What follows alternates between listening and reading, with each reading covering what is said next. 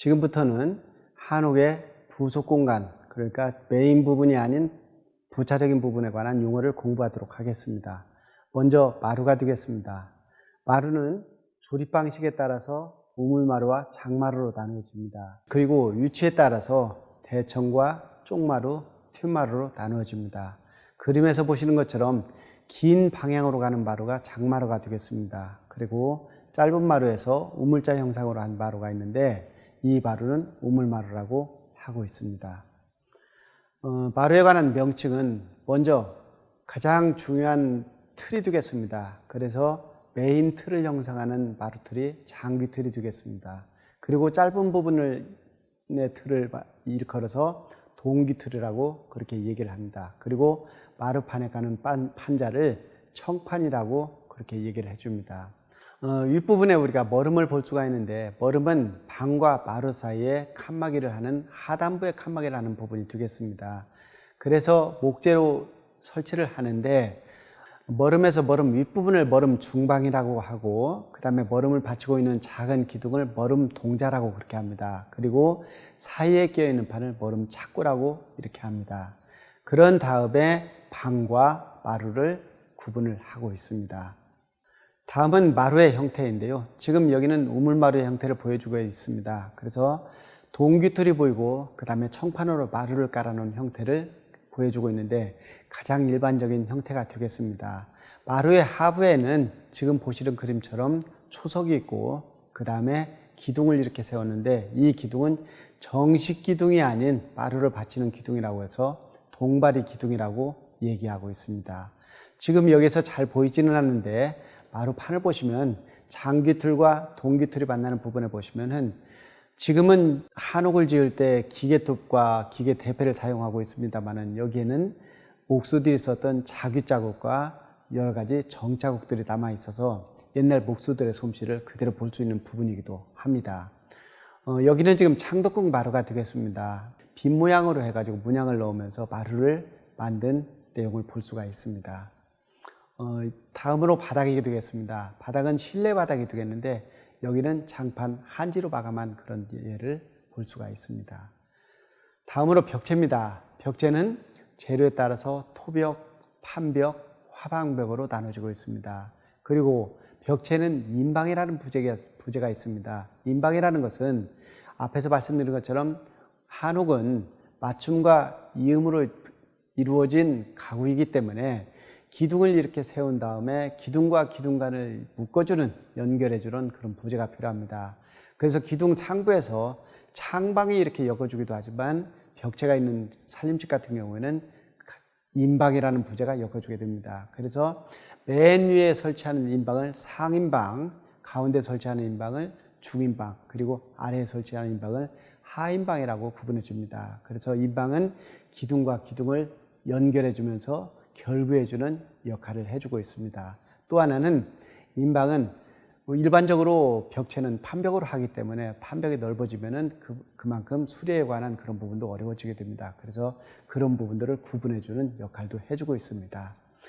지금 여기서 보시면은 인방이 기둥을 위, 아래, 중간에서 결부해주는 내용을 볼 수가 있습니다. 그래서 맨 위에 있는 인방을 상인방, 가운데 있는 인방을 중인방, 그리고 아래 인방을 하인방이라고 그렇게 얘기합니다.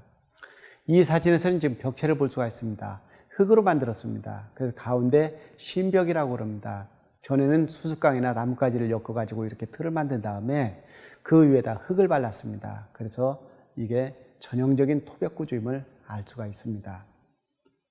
다음으로 화방벽이 있습니다. 화방벽은 기둥부보다 튀어나게 벽체를 쌓은 것 보고 화방벽이라고 합니다. 화방벽은 유기와 변한 것에 이렇게 해서 창식과 습기의 침투를 막았던 것입니다. 그 다음에 이제 판벽이 있습니다. 판벽은 나무판으로 벽을 만든 것인데, 난방이 필요치 않은 곳에 판벽으로 주로 했던 그런 내용들을 알 수가 있습니다. 벽체 내부 마감을 한 사진입니다. 여기서 보시면 토벽으로 흙을 쌓은 다음에 안에 벽지로 마감한 예를 볼 수가 있습니다. 다음으로 천장이 되겠습니다. 천장은 한옥에서는 천연재료를 치는 원인도 있겠지만 천정을 보이게 하는 경우도 있고, 보이지 않게 감추는 경우도 있습니다. 그리고 의장적인 효과뿐만 아니라 온도나 빛, 소음에 관한 차단 효과도 있습니다. 그래서 어떤 형태로 쌓았느냐, 그 다음에 재료가 어떤 형태였느냐에 따라서 다양한 명칭으로 불려지고 있습니다. 먼저 천정을 이렇게 보이게 하느냐 보이지 않게 하느냐에 따라서 명칭이 달라집니다.